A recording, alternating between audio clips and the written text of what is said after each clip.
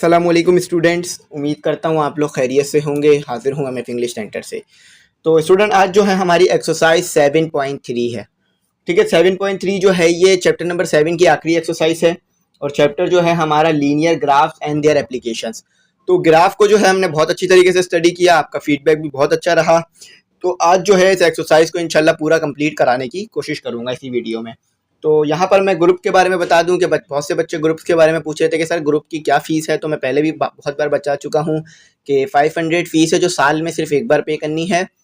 इसी में आपको नोट्स भी मिलेंगे, पीडीएफ तमाम चीज़ें मिलेंगी। ठीक है, सिर्फ फीस के अंदर, सिर्फ इस ग्रुप की फ़ीस में। और अगर आप कोई नोट्स लेना चाहें तो उसकी फ़ीस अलग से देनी होगी। एक नोट की फ़ीस जो है वो 100 रुपीज़ हमने रखी है। तो सबसे पहले सवाल नंबर 1 पढ़ते हैं और देखते हैं क्या करना है। देखें, ये बिल्कुल वैसे ही सवालात हैं जो पीछे हमने किए हैं, उसी से मिलते जुलते हैं। कोई भी अलग नए सवालात इसमें नहीं आ रहे हैं, आसान एक्सरसाइज है। देखिए, कहा जा रहा है कि read the given conversion graph between miles and kilometre to approximately convert. तो यहाँ पर आपने क्या करना है, यहाँ पर आपको कहा जा रहा है कि आपने ग्राफ को देखना है। तो ग्राफ जो है वो आपको बोर्ड पर बना हुआ नजर आ रहा होगा, यानी बोर्ड पर जो है वो ग्राफ की तस्वीर नजर आ रही होगी। अच्छा, यहाँ पर मैंने ये ग्राफ बनाया क्यों नहीं है, क्योंकि यहाँ पर हमें बिल्कुल एक्यूरेट चीज़ों को देखने की कोशिश करनी है, तो इसलिए मैंने बनाया नहीं है। ग्राफ बनाना पहले पीछे बहुत बार सिखा चुका हूँ। यहाँ पर तस्वीर लगा दी है ग्राफ की, ठीक है। और बुक का पेज भी आपको साइड में नजर आ रहा होगा। तो आपने क्या करना है, आपने सिर्फ ग्राफ को देखना है और ग्राफ की मदद से आपने ये बताना है कि कितने माइल्स पर कितने किलोमीटर बनेंगे। यानी अगर आपके पास, आप देखें सही से, 1 माइल है, ठीक है। अगर आप देख रहे हो तो आपको नजर आ रहा होगा। चले मैं बुक भी दिखा देता हूँ आपको। तो ये बुक है, यहाँ पर आपके पास 1 माइल है, ठीक है। तो 1 माइल पर कितने किलोमीटर बनने हैं ये आपने देखना है। तो आपने क्या करना होगा, यहाँ पर 1 माइल है और थोड़ा सा जो है वो ऊपर जाना होगा।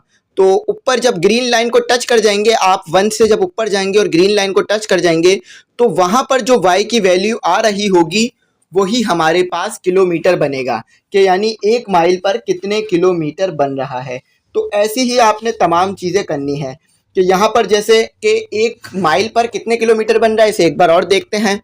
तो देखें, 1 माइल पर हम यहाँ से 1 पे गए और थोड़ा सा ऊपर जा रहे हैं। तो ये जो टच हो रही है ना लाइन, ग्रीन लाइन जब टच हो रही है ऊपर जाने पे, तो ये थोड़ा सा 1 के ऊपर जाके टच हो रही है। यानी बिल्कुल 1 पे टच नहीं हो रही, थोड़ा सा 1 के ऊपर जाकर हो रही है। तो यानी 1 माइल पर जो है वो 1.6 किलोमीटर बन रहा है। तो ये हमें इसमें बस कन्वर्जन करनी है कि अगर हमें कहा हुआ 3 माइल तो किलोमीटर में कितने होंगे। तो कोई बात नहीं, आपने यहाँ 3 माइल पर आ जाना है। ये माइल की लाइन है, ये किलोमीटर की लाइन है, आपको लिखा हुआ नजर आ रहा होगा। तो 3 किलोमीटर पे आ जाएं और फिर ऊपर चले जाएं कि कितने किलोमीटर पे कितने जो है वो माइल पर कितने किलोमीटर बन रहा है। तो वाई एक्सिस पर आपको ये चीज़ जो है वो नज़र आ जाएगी, सिंपल। तो 3 माइल पर कितने किलोमीटर बन रहा है ये भी हम देख लेते हैं और इसको जो है वो फोकस करके देखते हैं। और आप जो है वो, आपको ग्राफ नज़र आ रहा होगा तो उससे भी आप ये चीज़ सिंपल देख सकते हैं। तो 3 माइल पर जो है वो 4.8 जो है वो किलोमीटर के करीब करीब बन रहा है। तो ऐसे ही हमने इसे सॉल्व करना है और ऐसे ही करना है। तो चलें आप आ जाएं, इसे जल्दी से सॉल्व करते हैं और देखते हैं कि इसमें हमें क्या क्या जो है वो बताना है। तो जो इसमें जिस तरह से इसके आंसर दिए हुए हैं उसी तरह से मैं आपको इसे करवाऊंगा। तो ठीक है, चलें। सबसे पहले जो है हमारे पास 1 है, तो ऊपर आपको ग्राफ नज़र आ रहा होगा। तो ग्राफ के नीचे जो है हम इसके आंसर लिखेंगे। तो सबसे पहले हमें उन्होंने कहा था कि 1 माइल पर, यानी 1 माइल पर, MILES, माइल्स पर कितने किलोमीटर बन रहा है। तो अगर आप ग्राफ देखें, मैंने आपको देखना सिखा दिया है कि 1 माइल पर कितने किलोमीटर बन रहा है, कितने किलोमीटर बन रहा है 1 माइल पर। तो एक बार आप ग्राफ फिर देख लीजिए कि 1 पॉइंट समथिंग 4 या 3 बन रहा है, ठीक है। 1.6 बन रहा है, बल्कि 1.6। तो इसका आंसर क्या आ रहा है, इसका आंसर जो है वो 1 का आंसर है कि हमारे पास 1.6। तो पहले हमें पूरी वर्डिंग लिखनी होगी, ठीक है। हमने डायरेक्ट जो है वो नहीं करना, पूरी इसकी एक बाकायदा वर्डिंग आएगी और उस वर्डिंग को देखकर हमने जो है वो इसमें बताना होगा कि कितने माइल पर कितने जो है वो किलोमीटर हमारे पास बन रहे हैं। तो यहाँ पर आप लिखेंगे कि by reading, READING, bye reading the above, यानी हमने जो ऊपर ग्राफ देखा है GRAPHS, bye reading the graph above, above में एस नहीं आएगा, ग्राफ में एस नहीं आएगा, ठीक है। अबव एस पर स्केल, ठीक है, एज पर गिवन, ठीक है, गिवन भी आएगा, as per GIVEN given scale, scale as per given scale we can see, हम देख सकते हैं कि 1 माइल पर जो है हमारे पास वो 1 माइल बराबर आ रहा है 1 माइल, ठीक है, 1 माइल्स MILES, माइल्स हमारे पास बराबर आ रहा है अप्रोक्सीमेटली, यानी ये जो साइन इसका मतलब है अप्रोक्सीमेटली बराबर आ रहा है, तकरीबन तकरीबन, यानी कुछ ऊपर नीचे हो सकता है, ठीक है। तो ये बराबर आ रहा है 1.6 किलोमीटर के, ठीक है, KM से आप किलोमीटर लिख सकते हैं, ठीक है, इसको शॉर्ट फॉर्म में लिखेंगे तो 1.6 किलोमीटर हो गया, ठीक है। तो ये जो था हमारे पास इसका आंसर आ गया, और इसको चलें देख भी लेते हैं, तो ठीक है, इसको यहाँ से देख भी लेते हैं बुक की मदद से कि ये 1 है, आपको मेरा जो जहाँ पर थंब नज़र आ रहा है ये 1 है, और जब हम इसको ग्रीन लाइन की तरफ ले गए तो ये थोड़ा सा 1 के ऊपर आ रहा है, 2 से थोड़ा पहले आ रहा है, ठीक है, 2 से थोड़ा पहले आ रहा है और 1 से ऊपर आ रहा है, तो ये 1.6 के करीब करीब बन रहा है, ठीक है। तो ये हमारा पहला हो गया।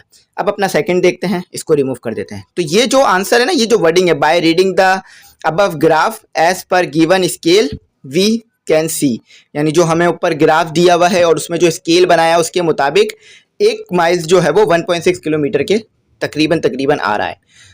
तो ये जो है हर में लिखा जाएगा, तो ये मैं बीच वाली वर्डिंग नहीं मिटाऊंगा, बस ऊपर क्वेश्चन मिटाऊंगा और ये चीज़ मिटाऊंगा। तो आप भी जो है ये हर में लिखेंगे, ठीक है। इस ग्राफ के मुताबिक जो है वो 1 माइल जो है वो 1.6 किलोमीटर के बराबर है। हर जगह पर 1 माइल 1.6 किलोमीटर के बराबर नहीं होता, इस ग्राफ के मुताबिक बराबर है। चलें अब अपना दूसरा सवाल का दूसरा जो है इसका पार्ट करते हैं। तो दूसरे में आपसे इन्होंने कहा है कि आपने बताना है कि 3 माइल्स, ठीक है, 3 माइल्स जो है वो 3 माइल्स MILES 3 माइल्स जो है वो कितने किलोमीटर के बराबर आएगा, ठीक है। किलोमीटर में अगर उसे कन्वर्ट करेंगे तो कितने के बराबर आएगा, ठीक है। तो ये किलोमीटर, तो किलोमीटर जो है वो SI यूनिट नहीं होता लेंथ का, ठीक है, मीटर होता है SI यूनिट। ये याद रखिएगा, हम फिजिक्स में इस चीज़ को बहुत बार पढ़ चुके हैं, तो जब भी ये चीज़ें आती हैं तो मैं रिवाइज करवा देता हूँ, रिवीजन करवा देता हूँ, बता देता हूँ, ठीक है। तो चलें देखते हैं कि हमारे पास 3 माइल्स जो है वो किलोमीटर में कितने के बराबर होगा ग्राफ की मदद से।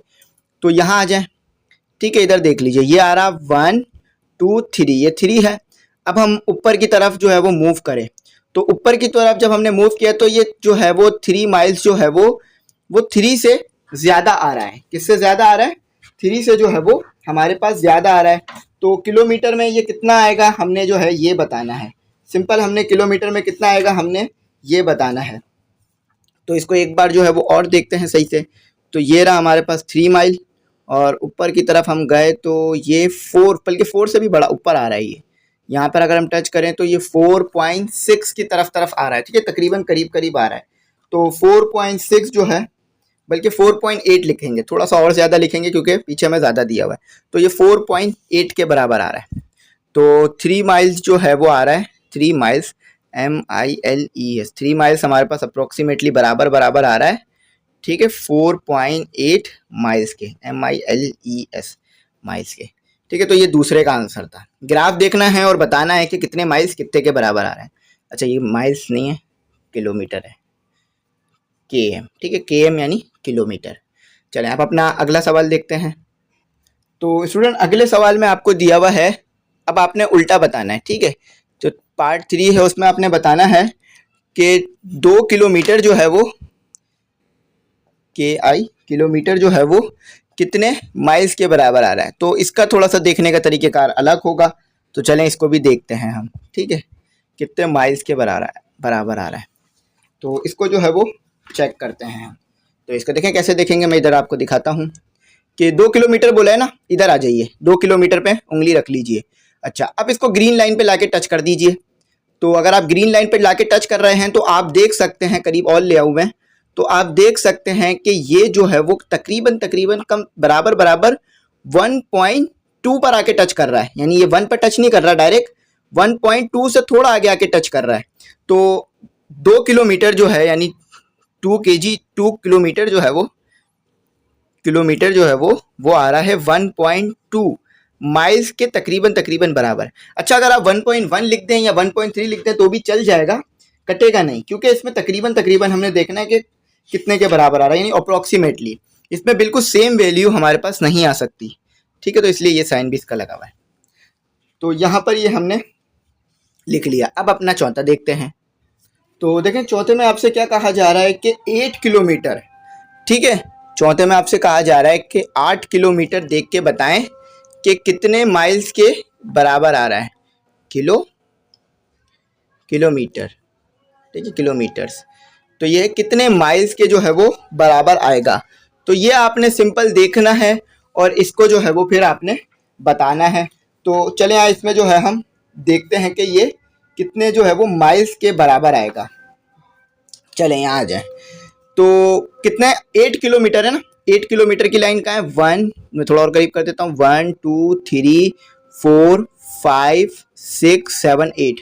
तो ये 8 बिल्कुल आखिर पे आ रहा है। अब ये 8 है ना, इसे ग्रीन लाइन पे लाके टच कर दीजिए, बिल्कुल ग्रीन लाइन पे लाके टच कीजिएगा, बिल्कुल ग्रीन लाइन पे। तो ये यहाँ पर आके आपने टच कर दिया, थोड़ा सा ऊपर देख लीजिए, टच कर दिया। तो अब इससे नीचे देखिए क्या आ रहा है, इसके नीचे जो है ना वो बिल्कुल, अगर मैं देखूं बिल्कुल इसे मैं मैच करके लाइन मिलाता हुआ लेके जाऊं तो 5 आ रहा है। तो 8 किलोमीटर पर 5 माइल्स बन रहे हैं। 8 किलोमीटर पे कितना बन रहा है, ये जो है आंसर में यही लिखा जाएगा, ये आई हटा दीजिएगा, आंसर में बिल्कुल यही लिखा जाएगा, by the reading the above graph.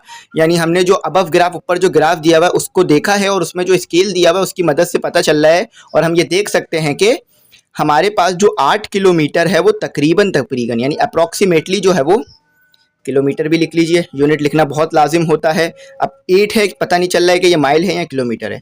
तो 8 किलोमीटर जो है वो 5 माइल्स के बराबर आ रहा है, ठीक है। माइल्स भी लेंथ का यूनिट है और किलोमीटर भी। तो ये हमने पहला ग्राफ सॉल्व कर लिया, ठीक है। और इसमें थोड़ी सी और चीज़ें दी हुई हैं, वो भी देख लेते हैं। तो स्टूडेंट यहाँ पर देखें एक और लिखा हुआ है कि conversion between graph miles and kilometre. तो इसमें ये बताया जा रहा है, मैं आपको यहाँ दिखाता हूँ, ये लिखा हुआ है कि 5 small square 1 miles along x axis. यानी ये जो 5 स्मॉल स्क्वायर है ना, ये आप थोड़ा करीब से देखेंगे तो आपको 5 ही स्मॉल स्क्वायर बने हुए नजर आएंगे। तो ये जो 5 स्मॉल स्क्वायर है ना, ये अगर 1 माइल के हैं, ठीक है, 1 माइल बनते हैं, 1 माइल बना रहा है 5 स्मॉल स्क्वायर मिलकर। और जो 5 स्मॉल स्क्वायर हैं ये वाई एक्सिस में भी 5 मिल रहे हैं, तो 1 किलोमीटर बन रहा है वाई एक्सिस पे, ठीक है। यानी 5 छोटे छोटे डब्बे मिलकर 1 माइल बना रहे हैं एक्स एक्सिस में, और 5 ही छोटे छोटे डब्बे मिलकर, अगर आप करीब से देखेंगे तो आपको नज़र आ सकेगा सिंपल कि 5 जो है वो 5 देखें 1 2 3 4 5, तो 5 स्मॉल छोटे छोटे स्क्वायर मिल रहे हैं तो 1 माइल बन रहा है एक्स एक्सिस पे। और यहाँ भी बिल्कुल वही हो रहा है कि 5 देखें, बिल्कुल करीब करके दिखा रहा हूँ मैं। तो 5 जो है वो स्मॉल छोटे छोटे स्क्वायर 1 2 3 4 5 मिल रहे हैं, तो 1 किलोमीटर बन रहा है। तो ये इस तरह से इन्होंने ग्राफ को जो है वो कन्वर्ट किया है। तो ये इसका कोई आंसर नहीं बताना था, यहाँ आपको बताया जा रहा है कि ये स्केल किस तरह बनाया गया इन्होंने। तो 5 छोटे छोटे बॉक्सेस मिलाकर 1 माइल बनाया है इन्होंने। तो नेक्स्ट करते हैं, और उसमें भी बिल्कुल सेम चीज़ करनी है। तो स्टूडेंट अब जो है हमने नेक्स्ट में जो है वो जो एकर्स और हेक्टर्स, ये भी लेंथ के जो है वो यूनिट्स होते हैं, तो इसके दरमियान जो है वो हमने रिलेशन बताना है, ठीक है। इसके दरमियान जो है हमने बताना है कि 2 हेक्टर्स जो है वो कितने एकर्स के बराबर होता है, और 5 हेक्टर्स जो है वो कितने एकड़ के बराबर होता है, और 5 एकर्स जो है वो कितने हेक्टर्स के बराबर होता है। तो वही सिंपल है कि ग्राफ में फिर यहाँ नहीं बना सकता, क्योंकि बिल्कुल एक्यूरेट बनाना है, और ये ग्राफ पेपर पे ही इतना एक्यूरेट ग्राफ बनेगा, विदाउट ग्राफ पेपर नहीं बनेगा। तो इसीलिए मैं आपको डायरेक्ट बुक से दिखा रहा हूँ और समझा रहा हूँ, ठीक है, ताकि आपको समझने में किसी किस्म की गड़बड़ ना हो, ठीक है। मकसद है कि कॉन्सेप्ट क्लियर किए जाएं। तो देखिए सवाल पढ़ते हैं सबसे पहले, उसके बाद शुरू करते हैं अपना। कहा जा रहा है कि read the given conversion graph between hectares and acres to approximate convert. तो आपने ग्राफ देखना है और कन्वर्जन करनी है, हेक्टर्स को एकर्स में ले जाना है, और जहाँ एकर्स दिए हुए हैं उसे हेक्टर्स में ले जाना है। तो सबसे पहला सवाल जो हमें दिया हुआ है, तो अब पेज चलाने की ज़रूरत नहीं है, अब मैं डायरेक्ट ही आपको यहाँ पर सवाल लिख के दिखा देता हूँ, ठीक है। मैं आपको बुक दिखा दूंगा डायरेक्ट, तो आपको बात अच्छी तरह समझ में आ जाएगी, ठीक है। हेक्टर्स, चलिए ये हो गया हमारे पास हेक्टर्स टू एकर्स जाना है हमें। किस में जाना है, हेक्टर्स टू एकर्स जाना है। अच्छा, वर्डिंग हर जगह सेम ही आएगी, वर्डिंग जो है हर जगह सेम ही आएगी। तो वर्डिंग जो पीछे लिखी थी हमने, वो भी यहाँ भी वही वर्डिंग आएगी कि बाय द, यहाँ पे लिख देते हैं आंसर है ये हमारा, ठीक है। हर आंसर में आपने यही वर्डिंग इंक्लूड करनी होगी, ठीक ठीक है, तो चलें इसको मैं पहले ए को थोड़ा सही बना देता हूँ, फिर इसको आगे करते हैं, हम इसको सॉल्व करते हैं। तो क्या होगा, by reading, READING, bye reading the graph, graph को देखा है हमने, ठीक है, रीडिंग यानी पढ़ा है, देखा है, समझा है। By reading the graph as per, ये जिस तरह का हमें दिया हुआ है scale, as per given scale, GIVEN, given scale, as per given scale we can see, हम देख सकते हैं कि वी कैन सी, ठीक है, और जो फिर वो आ रहा होगा वो लिख देंगे। तो हर जगह ये वर्डिंग, हर सवाल में ये वर्डिंग सेम ही रहेगी। तो चलें आ जाए उसे कन्वर्ट करते हैं और उसको देखते हैं कि कितने एकड़ जो है हमारे पास कितने हेक्टर्स के बराबर है। तो सबसे पहले हमने देखना है कि 2 हेक्टर्स जो है वो कितने एकर्स के बराबर है, यानी 2 हेक्टर्स कितने एकर्स के जो है वो बराबर आते हैं। तो इसको हम किस तरह देख सकते हैं, इसको हम एकर्स किस तरफ बना हुआ है, एकर्स देख लीजिए। सबसे पहले एकर्स आपको नज़र आ रहा होगा, वाई एक्सिस पे बनाया हुआ है, ठीक है, और हेक्टर्स जो है वो एक्स एक्सिस पे बनाया हुआ है। तो 2 हेक्टर्स, तो इसमें देखिए थोड़ा ज़्यादा साफ सुथरा लिखा हुआ है, तो ये रहा 2 हेक्टर्स, देखें हेक्टर्स है ना, हेक्टर्स, तो कितने एकर्स के बराबर है, वाई से टच कर दीजिए ले जाकर, जब ग्रीन लाइन आ जाए तो वहाँ टच कर दीजिए, तो ये हमने टच कर दी। तो आप अच्छी तरीके से इस बात को देख सकते हैं कि 5 के बराबर आ रहा है, बिल्कुल अप्रोक्सीमेट 5 के बराबर आ रहा है। तो 2 हेक्टर्स जो है वो 2 हेक्टर्स कितने एकर्स के बराबर होता है, ये अप्रोक्सीमेट का साइन है, ठीक है। तो 2 हेक्टर्स जो है वो 5 एकर्स के बराबर होता है। ये एक लेंथ को मेजर करने का यूनिट है, ठीक है, एरिया मेजर करने का ये भी एक यूनिट है। तो चलें अब अपना अगला करते हैं, इसे रिमूव कर लेते हैं, ठीक है।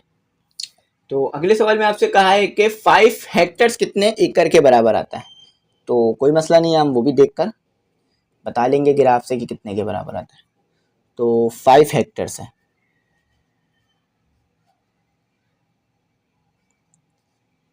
ठीक है, 5 हेक्टर्स जो है वो कितने एकर्स के बराबर आता है।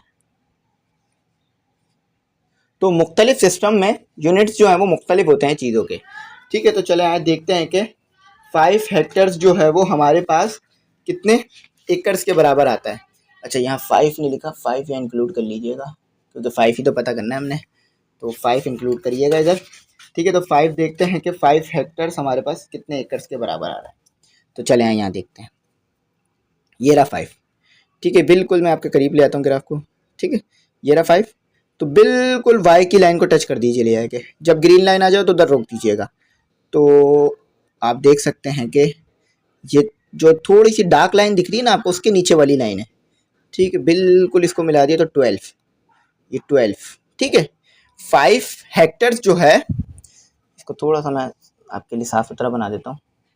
हमने चेक कर लिया है कि 5 हेक्टर्स जो है वो, अच्छा, 1-2 बच्चों को इस पर बहुत ज़्यादा कन्फ्यूजन हो रही थी, तो उन्होंने मुझसे बोला था कि सर आप इसकी वीडियो बना के दे दें या इसको बता दें हमें व्हाट्सएप पे। तो मैंने उनको वहाँ भी ये बात बताई थी कि फ़ौरन बताना ये मुश्किल होगा आपको, क्योंकि पूरी जो है यहाँ पर हमें आपको कन्वर्जन करके दिखानी पड़ेगी, चीज़ें ग्राफ समझाना पड़ेगा। तो अब ये जो है उन बच्चों को भी इंशाल्लाह ये चीज़ें समझ में आ जाएंगी, ठीक है। तो ये बराबर होता है 12 एकड़ के, ठीक है, एकर्स। तो ठीक है, ये हमारा हो गया। अच्छा, अब नेक्स्ट है 5 एकर्स कितने हेक्टर्स के बराबर होता है। तो चलें उसे देखते हैं आ जाए। तो स्टूडेंट यहाँ बता दूं कि ये बाय मिस्टेक मैंने लिखा नहीं, छोड़ दिया है, हर सवाल में ये लिखना है आपने, ठीक है, हर सवाल में। तो मैं तो बोर्ड पे कर रहा हूँ, इसलिए मुझे बार बार ना लिखना पड़े, इसीलिए मैंने ये लिख के छोड़ दिया है। तो आपने हर सवाल में इसे लिखना है ताकि पता चलता रहे कि आपने क्या करा है काम, या आपने ग्राफ के मुताबिक कन्वर्जन करनी है। तो 5 एकर्स कितने हेक्टर्स के बराबर होता है, ये आपने जो है वो बताना है, ठीक है, कितने हेक्टर्स के बराबर होता है तो ये आपने बताना है। और इधर आपने ये ध्यान रखना है कि लाइन सही मैच करनी चाहिए, लाइन मैचिंग में कहीं भी मसला नहीं होना चाहिए। तो चले यहाँ देखते हैं कि 5 एकर्स, तो एकर्स में दिया हुआ है आपको, हेक्टर्स नहीं दिया हुआ। तो एकर्स कहाँ लिखा हुआ है, एकर्स ये लिखा हुआ, ठीक है, 5 एकर्स कहा जा रहा है ना, हेक्टर में कितने के बराबर होता है। तो यहाँ पर ये चीज़ आपको पता है, ये पता करनी है नीचे वाली, वाई एक्सेस वाली पता है, एक्स एक्सेस वाली पता करनी है। तो 5 पर आ जाता हूँ मैं, यहाँ ये आ गया 5 पर, ठीक है। 1 2 देख सकते हैं आप, 5 3 4 5। तो टच कर दीजिए ग्रीन लाइन। तो जब मैंने ग्रीन लाइन 5 पे टच करी आके, तो ब्लैक लाइन मुझे नज़र आ रही है, एक छोटी सी ब्लैक लाइन, आप भी देख सकते होंगे, थोड़ी डार्क बनी हुई है। तो ये बिल्कुल एग्जैक्ट 2 को टच कर रही है, बिल्कुल एग्जैक्ट 2 को, और फिर यहाँ 5 को। तो हमें पता चल गया है कि 5 एकड़ जो है वो बराबर होता है हमारे पास 2 हेक्टर्स के, ठीक है। हमें पता चल चुका है कि 5 एकड़ जो है हमारे पास बराबर होता है, चलिए इसको थोड़ा सा डिस्टेंस बढ़ा देते हैं, ठीक है। 5 हेक्टर्स अप्रोक्सीमेटली बराबर है 2 हेक्टर्स के, 5 एकर्स 2 हेक्टर्स के। अच्छा, अब 15 को देखते हैं, 15 एकर्स कितने हेक्टर के बराबर आता है। अच्छा, तो स्टूडेंट आपके दिमाग में यहाँ पर एक सवाल आ रहा होगा कि सर वैसे तो हम ये कन्वर्जन कर क्यों रहे हैं। देखें, हम कुछ भी करते हैं तो वो यूज़लेस नहीं होता। पढ़ाई में हम कोई भी चीज़ पढ़ रहे हैं या कोई भी चीज़ समझ रहे हैं तो वो यूज़लेस नहीं होती, काम आती है। अच्छा देखिए, आप किसी सैनिटरी शॉप पर यानी किसी ऐसी शॉप पर जा रहे हैं जहाँ पर जो है वो स्विच और प्लम्बर का सामान मिलता है, ठीक है, जैसे कि पाइप्स हो गए और मुख्तलिफ चीज़ें। तो वहाँ पर जाके आप मुख्तलिफ यूनिट में चीज़ें मांगते हैं, कहते हैं कि भाई मुझे जो है वो 5 फुट चाहिए या 5 मीटर चाहिए। दोनों ही फुट और मीटर दोनों ही लेंथ के यूनिट हैं, लेकिन आप एक जगह बोल रहे हैं कि मुझे 5 मीटर चाहिए और एक जगह बोल रहे हैं 5 फुट चाहिए। तो 5 फुट 5 मीटर बराबर तो नहीं होते, अलग अलग होते हैं। तो 5 मीटर कितने फुट के बराबर होगा और 5 फुट कितने मीटर के बराबर होगा, तो ये हम किस मदद से देखते हैं, ये हम कन्वर्जन की मदद से देखते हैं। तो यहाँ पर ये चीज़ इस्तेमाल हो रही होती है, ठीक है। तो कि कौन सी चीज़ कितने मीटर के बराबर होती है। अब अगर आप कोई छोटी चीज़ लेने जा रहे हैं, बहुत छोटी चीज़ है, तो उसे आप मीटर में तो नहीं मांगेंगे, सेंटीमीटर में मांगेंगे। जैसे कोई आप जो है वो कोई वर्क लेने जा रहे हैं, जैसे आती है ना सोने की जो परत होती है जो मिठाइयों पे लगी होती है, वो लेने जा रहे हैं, तो आप उसे बोलेंगे तो नहीं कि मुझे 100 मीटर दे दो, आप उसे बोलेंगे 100 सेंटीमीटर दे दो। अब 100 सेंटीमीटर मीटर से तो बहुत छोटा होता है, ठीक है। 100 सेंटीमीटर तो 1 मीटर के बराबर होता है। तो ये होता है कन्वर्जन का फ़ायदा, कि चीज़ें एक्यूरेट होती हैं और हमें पता चलता है कि कौन सी चीज़ कितने के बराबर। तो यहाँ पर मैंने आपको ये समझा दिया ताकि आप जो पढ़ रहे हैं आपको पता हो कि आप क्या चीज़ समझ रहे हैं। चलें, अब जो है हम नेक्स्ट मूव करते हैं कि 15 एकड़ जो है वो कितने हेक्टेयर्स के बराबर होता है। 15 एकर्स, ठीक है। अक्सर आपने जो है वो विलेजेस में जब ज़मीनें बिकती हैं तो ये सुना होगा कि ये 5 एकड़ है या 6 एकड़ है, तो ये उसके लिए यहाँ पर वो इस्तेमाल करते हैं ये यूनिट्स, ठीक है। तो मुख्तलिफ जगह पर लेंथ के मुख्तलिफ यूनिट इस्तेमाल हो रहे होते हैं। तो शहरों में जो ज़मीन होती है वो इतनी बड़ी नहीं होती, तो वो जो है वो गज पे बिक रहा होता है, ठीक है। तो ये इस तरह से कन्वर्जन होती है। तो चले आए देखते हैं कि हमारे पास 15 एकर्स कितने हेक्टेयर्स के बराबर आ रहा है। चले यहाँ मैं आपके लिए ग्राफ निकाल के निकालता हूँ। तो 15 एकर्स, तो एकर्स की लाइन ये रही, ठीक है, ये नहीं है, ये हेक्टर्स की है, ये एकर्स की है। तो 15 बिल्कुल आखिर पर है हमारे पास। तो देखें, मैंने लाइन टच करता हुआ गया, ग्रीन लाइन ये आ गई मेरे पास, ठीक है। ये मैं ग्रीन लाइन पर आ गया हूँ, आप देख सकते हैं। अब मैं इसको नीचे आके देखता हूँ तो मुझे पता चल गया ये एग्जैक्ट एक्स 6 के बराबर आ रहा है। तो 15 एकर्स जो है वो बराबर आ रहा है हमारे पास 6 हेक्टर्स के। आई होप अच्छी तरह समझ में आ गया होगा, कोई ऐसी चीज़ मैंने जो है वो कॉम्प्लिकेटेड नहीं बताई आपको जो मुश्किल कर गई हो, ठीक है। अच्छा चलें, अब जो है वो अगली कन्वर्जन देखते हैं और अगली कन्वर्जन सॉल्व करते हैं, ठीक है। तो आगे जो है आपको सेल्सियस और फ़ारेनहाइट, अगर जो है वो सेल्सियस और फ़ारेनहाइट आपको पता है दोनों टेम्परेचर के यूनिट्स होते हैं, ठीक है। टेम्परेचर डिग्री ऑफ हॉटनेस और डिग्री ऑफ कोल्डनेस को कहा जाता है कि कोई चीज़ कितनी ठंडी है या कोई चीज़ कितनी गर्म है। तो देखते हैं कि फिर सेल्सियस और फ़ारेनहाइट के दरमियान क्या रिलेशन है। चलें स्टूडेंट, अब जो है हमने, अच्छा यहाँ पर एक और चीज़ आप देख लीजिए कि ये कह रहे हैं कि मैं दिखा देता हूँ आपको कि इन्होंने जो 5 स्मॉल स्क्वायर्स थे ना, ये जो छोटे छोटे स्क्वायर्स बने हुए नज़र आ रहे हैं आपको, ये 5 स्क्वायर मिल रहे थे तो 1 हेक्टर बन रहा था। अगर आप जूम करके देखें आप देख सकते हैं कि छोटे छोटे स्क्वायर 1 2 3 4 5 मिले तो 1 हेक्टर बना था। और ये 2 छोटे छोटे स्मॉल स्क्वायर मिल रहे थे ना तो 1 एकड़ बन रहा था, ठीक है। 2 छोटे छोटे स्क्वायर आपको नज़र आ रहे हैं, सिंपल नज़र आ रहे होंगे। तो ये 2 छोटे स्क्वायर मिलकर 1 एकड़ बना रहे थे वाई एक्सिस पर। तो ये चीज़ ऊपर लिख के देनी चाहिए थी लेकिन नीचे लिख के दी हुई है, कोई मसला नहीं है, आपको पता तो चल रहा है ना कि कितने स्क्वायर मिलकर कितने एकड़ बना रहे थे। तो चले यहाँ पढ़ते हैं। तो अपना ग्राफ 3 देखते हैं, तीसरा ग्राफ देखते हैं। देख लिया आप कितनी सिंपल एक्सरसाइज है, ज़्यादा मुश्किल नहीं है। तो गाइडेंस की ज़रूरत होती है, इंशाल्लाह आप खुद भी इतने सेल्फ सफिशिएंट होते हैं, इतने समझदार होते हैं कि अगर थोड़ी सी गाइडेंस मिल जाए तो बाकी की चीज़ें आप खुद भी कर सकते हैं। ठीक है, तो मैं इंशाल्लाह आपको यहाँ भी गाइड कर देता हूँ क्या कहा जा रहा है। कहा जा रहा है कि रीड द गिवन कन्वर्जन, यानी ये जो नीचे कन्वर्जन दी हुई है कि ग्राफ जो बनाया हुआ सेल्सियस और फ़ारेनहाइट के दरमियान, इसको देखो यानी पढ़ो। And between Celsius and Fahrenheit, वही बात है सेल्सियस और फ़ारेनहाइट, एंड अप्रोक्सीमेट कन्वर्ट, तो इसको जो है वो कन्वर्ट कर देना है आपने कि कितने सेल्सियस कितने फ़ारेनहाइट के बराबर है, कितने फ़ारेनहाइट कितने सेल्सियस के बराबर है। ठीक है, तो वही ग्राफ दिखाता जाऊँगा, इंशाल्लाह समझाता जाऊँगा आपको। सबसे पहले देखते हैं हमें क्या लिख के दिया हुआ है, और वर्डिंग वही रहेगी जो ऊपर लिखी थी हमने। यहाँ मैं दोबारा नोट डाउन कर दूंगा, मिटा मैं यूँ देता हूँ कि आप ये ना समझे कि कुछ और चीज़ लिखी है, तो इसलिए मैं वहाँ से यहाँ मिटा के इधर लिख देता हूँ। तो 2 सेल्सियस 2 फ़ारेनहाइट, चलें। अच्छा, दोनों ही टेम्परेचर के यूनिट हैं। अब याद रखिएगा, टेम्परेचर मैंने आपको बता दिया था कि क्या होता है। तो फिजिक्स में आपको इंशाल्लाह ये चैप्टर्स मौजूद है, आगे के चैप्टरों में फ़ारेनहाइट और सेल्सियस आएगा, तो वहाँ इंशाल्लाह डिटेल में स्टडी करेंगे और वहाँ पर जो है इसे डिटेल में पढ़ेंगे। और आप चैनल को सब्सक्राइब रखिएगा, बेल आइकन प्रेस रखिएगा, तो ये भी इंशाल्लाह सिखाऊंगा। तो आप देख सकते हैं कि अभी शायद 1.5 महीना हुआ है समथिंग बुक को आए हुए न्यू मैथ की, और हमने 7 चैप्टर कर लिए, और जो पीछे के चैप्टर किए थे वो हार्ड थे, आगे आसान है। ठीक है, आगे पढ़ाई आसान हो गई है आपकी।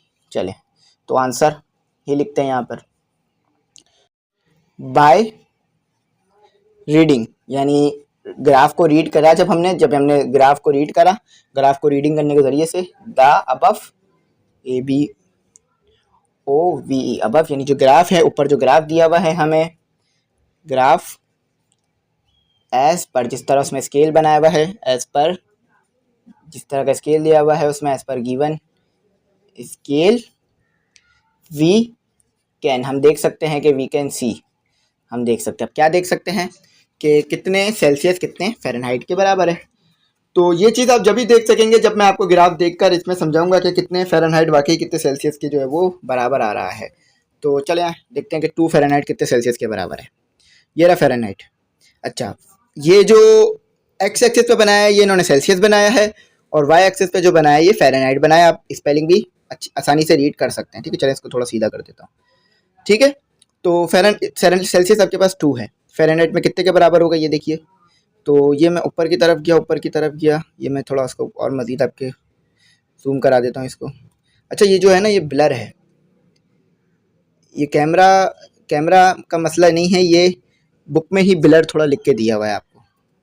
ठीक है, तो फोकस ये इतना अच्छा हो नहीं पाएगा, लेकिन आप ये समझ सकते हैं कि 35 अब अच्छा दिख रहा है आपको। ठीक है, तो ये मैंने देखा, तो 2 से मैं ऊपर जाता गया तो 35 जो है वो मुझे नज़र आ रहा है, 35 पॉइंट समथिंग 12 लग रहा है।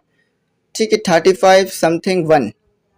ठीक है, ये देखिए मैं ऊपर जा रहा हूँ ना, यहाँ से मैं ये ऊपर गया, बल्कि थोड़ा और ज़्यादा है, 35.6 है आई थिंक। ठीक है, 35.6 के बराबर है 2 सेल्सियस। ठीक है, हमने देखा कि 2 सेल्सियस कितने जो है वो फ़ारेनहाइट के बराबर है। 2 सेल्सियस हमारे पास जो है वो 35 जो है वो 35.6 फ़ारेनहाइट के बराबर आ रहा है। ठीक है, हमने देखा ना ग्राफ में किस तरह। तो चलें, तो 2 सेल्सियस मैं आपको ग्राफ दिखा रहा हूँ, अंदाज़तन नहीं बता रहा हूँ, ताकि आप जो है वो समझ सकें। तो 35, ठीक है, 35.6 फ़ारेनहाइट। अच्छा, ये फ़ारेनहाइट। ठीक है, चलें, ये तो हमारा हो गया। अब हम अपना नेक्स्ट क्वेश्चन की तरफ मूव करेंगे। इसी में जो नेक्स्ट पार्ट दिया हुआ है उसकी तरफ मूव करेंगे और उसको देखेंगे। अच्छा, ये बना लीजिएगा, ये जो है वो टेम्परेचर के लिए इस्तेमाल होता है। शॉर्ट में भी लिख सकते हैं आप, ऐसे भी लिख सकते हैं इसको, सेल्सियस और 35.6 फ़ारेनहाइट। ठीक है, ऐसे भी लिख लें या जैसे ऊपर लिखा वैसे लिख लें, दोनों तरीका सही है। चलें अब आगे नेक्स्ट की तरफ मूव करते हैं। तो नेक्स्ट क्वेश्चन में आपने क्या बताना है कि कितने सेल्सियस कितने फ़ारेनहाइट के बराबर है, वही जो है सेम चीज़ बतानी है, बस वैल्यू थोड़ी सी कम है। तो 1.80 सेल्सियस। ठीक है, सेल्सियस, SIUS, सेल्सियस। अच्छा, इन दोनों को कन्वर्ट करने का एक फार्मूला भी आता है, लेकिन वो फार्मूला नहीं लगा सकते हम, क्योंकि हमने ग्राफ की मदद से कन्वर्ट करना है। ठीक है। अगर ग्राफ नहीं होता तो मैं फॉर्मूला आपको बताता है इसको कन्वर्ट करने का, ठीक है, वो यहाँ पर लगेगा नहीं, अगर लगेगा तो वैल्यूज चेंज आएंगी। तो देखते हैं कि हमारे पास कितने जो है ये फ़ारेनहाइट के बराबर आता है, कितने सेल्सियस। तो चलें इधर देखते हैं। अच्छा, तो 2 नहीं है, देख लीजिए सेल्सियस 2 नहीं है, 1.80 है, तो कम देखिएगा। तो इधर देखते हैं हम, इधर देख लिया मैंने, थोड़ा सा कम कम कर लिया ऐसे, ठीक है। अब इससे ऊपर जाते जाते देखते हैं, तो ये हमारे पास आ रहा है 35 और समथिंग 20 आ रहा है, समथिंग 20 आ रहा है। चलें इसको ले लेते हैं 35.23 ले लेते हैं, बल्कि 24 ले लेते हैं, ठीक है।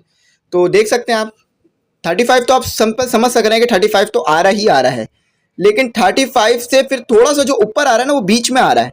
अब बीच में जो है हमने थोड़ा ध्यान से देखना पड़ रहा है, तो हमें 24 या 25 के करीब करीब लग रहा है ये, ठीक है।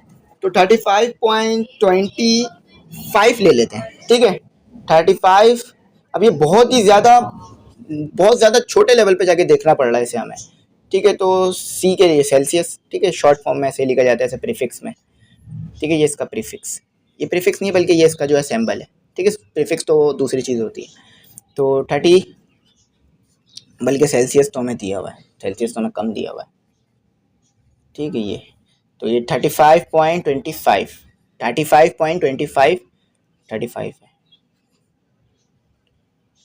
इसको मिटाता हूँ मैं, तो 35.25 फ़ारेनहाइट के बराबर है। देखिए यहाँ पर जो ये छोटा सा फ़र्क आ रहा है ना 5, 4 या 3 का, ये बिल्कुल मामूली सी चीज़ है, ये इतना जो है हमें डिस्टर्ब नहीं करेगी, ठीक है।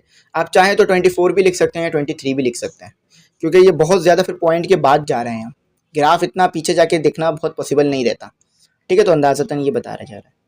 चलें अब अपना नेक्स्ट कन्वर्जन देखते हैं। तो अब आएगा हमारा क्वेश्चन, वही कन्वर्जन करनी है कि कितना फ़ारेनहाइट, अब फ़ारेनहाइट देखना है। चले अब आसान हो गया थोड़ा, 32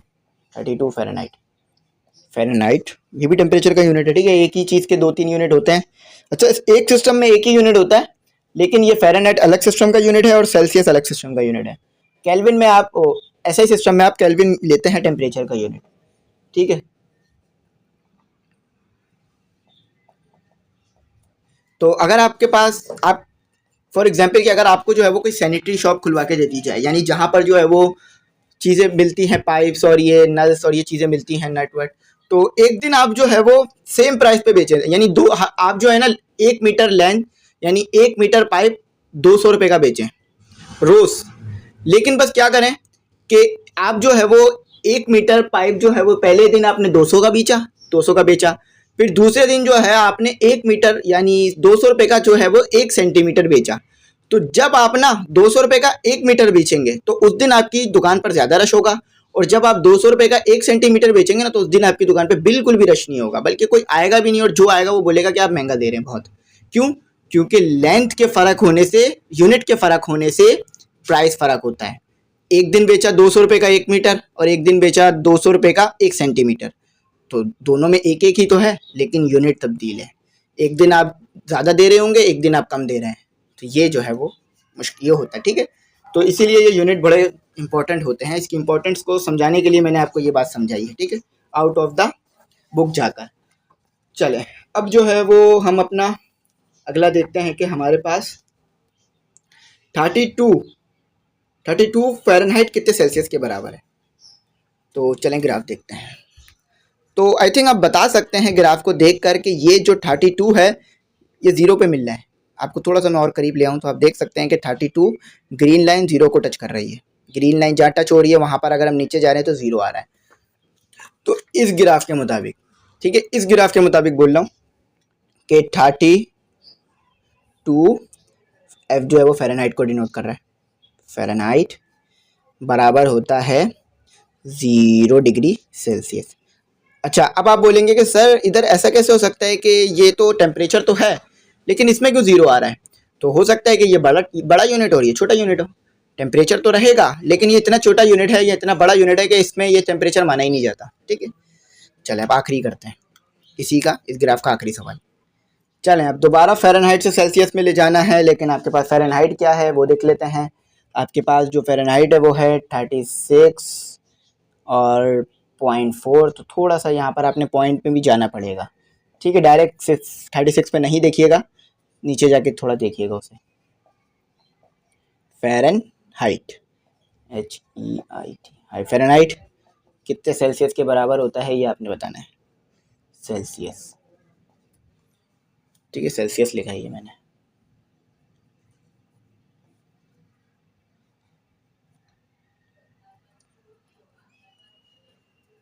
CIUS, सेल्सियस। चले यहाँ ग्राफ देखते हैं। तो 36.4, ये रहा 36.4, ठीक है। बिल्कुल इधर करीब ले आता हूँ मैं से, थोड़ा इसको जूम करा देता हूँ मैं। अच्छा, जूम ये इतना करीब लाके फिर कैमरा जूम नहीं कर पाता इसे। तो 36.4, तो ये थोड़ा सा ऊपर जाएगा। 1 2 3 4, ये रहा 4। तो यहाँ से हम देखेंगे मिलाकर कि यहाँ से कितना आ रहा है ये। यहाँ से अगर हम नीचे जा रहे हैं तो ये आ रहा है हमारे पास 2, और 2 के बाद जो है वो पॉइंट में नंबर आएगा। तो जो है ये 2 के बाद पॉइंट में जो है वो नंबर आएगा। तो थोड़ा सा करीब से देखते हैं कितना आ वाकई कितना आ कितना रहा है। तो ये इधर था, हम इधर थे, इस तरफ थे, इधर से हम आए। तो 1 2 3 4, हाँ 2.4 जो है वो नंबर आएगा। तकरीबन 2.4 तो हमें पता चल रहा है। अब 2.4 के बाद क्या नंबर आएगा ये हम श्योर नहीं हो सकते, क्योंकि बहुत ही करीब जाकर पता चल रहा है। बहुत ही करीब जाके देखें तो 2.43 या 2.42 बन रहा है। तो ये 36.4 सेल्सियस जो है, फ़ारेनहाइट जो है, ये हमारे पास बराबर आ रहा है 2.42 या 3 ले लेते हैं, बोल के 2.43 सेल्सियस के, ठीक है। देखिए मैंने आपको दिखाया ना ग्राफ के, मैं यहाँ पर आया 36 पर आया, क्योंकि फ़ारेनहाइट में दिया हुआ था ना। 36.4 पर आया, 36.4 यहाँ बन रहा था। फिर मैं नीचे आया तो इधर आप देख रहे हैं कि 2 के बाद आ रहा है नंबर, और ये 4 पे मिल रहा है ये लाइन आके 1 2 3 4, ठीक है।